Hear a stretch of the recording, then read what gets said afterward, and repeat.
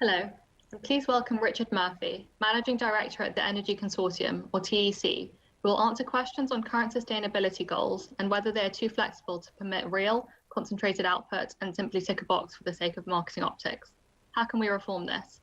Kicking off, Richard, how can one establish their institution's carbon emissions baseline, i.e. what their emissions were at the start of the process, then set their targets accordingly? And how does one measure progress and ultimately the achievement of net zero? Because my focus from an energy perspective is on scope 1 and 2, and that's not to ignore or demean the scope 3 emissions, but after all, scope 3 are essentially other organisations' scope 1 and 2 emissions. The big answer, or the simple answer, the one-word answer to this is data. In order to understand your emissions position, you've got to understand your energy consumption, both on-site, scope 1, and the grid consumption off-site from 2. Having gathered that data and added it to your other the outputs of your other activity, including transport and so on, then you need to decide what form of measure you're going to use to reach your net zero target. Net zero is obviously targeted at 2050 for the country, but most of the higher education institutions we're speaking to are looking to establish a much earlier net zero position. The science-based targets are the obvious measure of how far you are down the path, and that's the headline number of 1.5 or 2 degrees C reduction in or limiting in global warming by that 2050 target date. And also that's the headline number that everybody really understands in terms of that marketing aspect of it. And then the spend and the path to the goal needs to be continually measured and refreshed by that data. And you need to know when to course correct, how to course correct, how far you are from your target, and finally, and most importantly, when you're there. Great, thank you.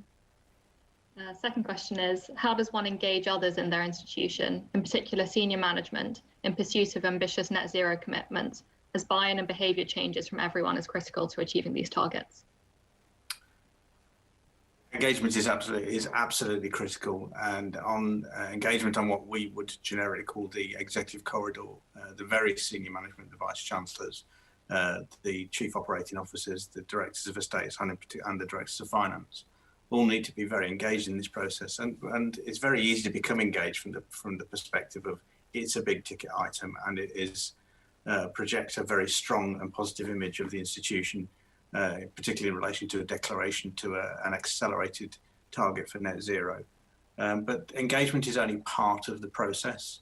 Engagement to the point of view of follow through, to actually supporting the initiatives that need to get done in order to achieve that net zero position.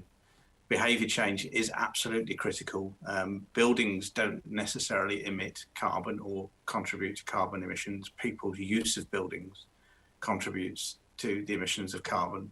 So if people aren't prepared to buy in, modify their behaviour, and see the impact of that behaviour on reduced carbon emissions, then really we've nowhere to start. We procure and manage the energy consumption for the majority of institutions in England and Wales. And I think what's been very clear, particularly during the pandemic, is not so much how much less energy is being used in buildings, higher education buildings, both residential and academic buildings, and in the larger institutions research. But so not how much less energy is being used, but how much energy is still being used in buildings that are largely empty.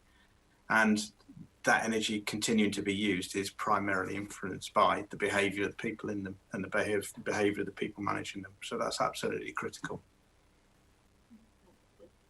Finally, achieving net zero by 2050 or before is clearly vital to reduce global carbon emissions. But how much of the commitment to an earlier date than 2050 could be seen as a marketing ploy in order to secure and retain students to whom climate change is an increasingly important issue? I think this is the most significant and perhaps the most controversial aspect of a commitment to net zero carbon, a response to the climate emergency, if you will. the student population is a transient population, but they're very much alive to and aware of the issues of climate change and the impact that that'll have on the planet.